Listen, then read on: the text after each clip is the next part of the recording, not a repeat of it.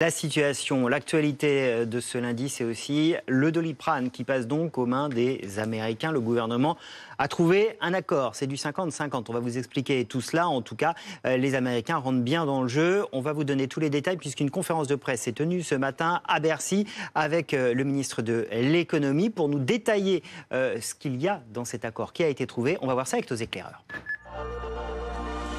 Fanny Weckscheider qui nous rejoint. Alors Fanny, qu'y a-t-il dans cet accord? Eh bien, vous allez le voir, le gâteau Opella, cette filiale donc, de Sanofi qui fabrique le Doliprane, a été partagé en 3 parts plus ou moins importantes, vous allez le voir, puisque en effet le fameux fonds d'investissement américain CDR prend 50% de ce capital. C'est donc l'actionnaire majoritaire, un actionnaire qui connaît déjà bien l'investissement en France. Il y est présent depuis une quinzaine d'années à travers plusieurs grosses entreprises. Sanofi conserve donc, vous le voyez, tout de même un actionnariat significatif avec 47 à 48% du capital d'Opella.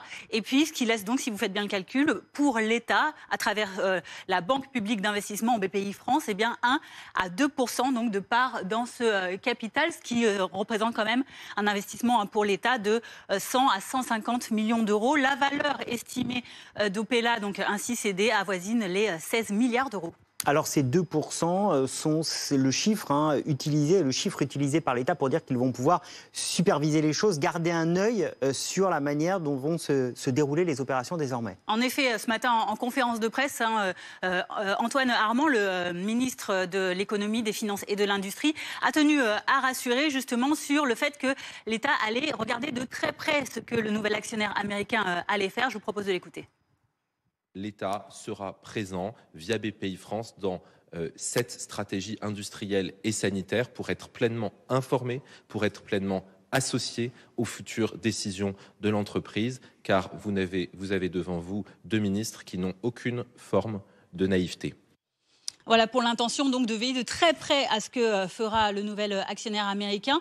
Et dans les détails, c'est le ministre délégué chargé de l'industrie qui lui a donné donc les détails des engagements qui ont été pris et des sanctions surtout qui pourraient s'appliquer si les Américains ne respectaient pas ces engagements. Vous allez le voir, ces engagements notamment en termes de maintien de la production sur les sites de Lisieux et de Compiègne. Ces 5 prochaines années, il faudra au moins qu'ils soient maintenus sous peine de sanctions qui pourraient aller jusqu'à 40 millions d'euros.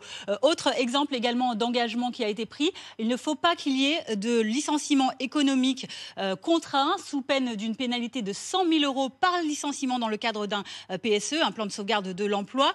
Autre exemple encore, l'État s'est engagé à faire respecter à l'actionnaire américain un volume de production qui ne descendrait pas au-dessus de 250 millions de boîtes sous peine d'une sanction de 100 millions d'euros. Et enfin, vous allez le voir, un investissement en France qui doit être maintenu pendant ces 5 premières années à hauteur de au moins 70 millions d'euros. Sinon, CDR s'expose à une pénalité financière en cas de non-respect. D'autres également engagements ont été pris avec des sanctions assorties. Merci beaucoup Fanny. Beaucoup de réactions évidemment. On va d'abord aller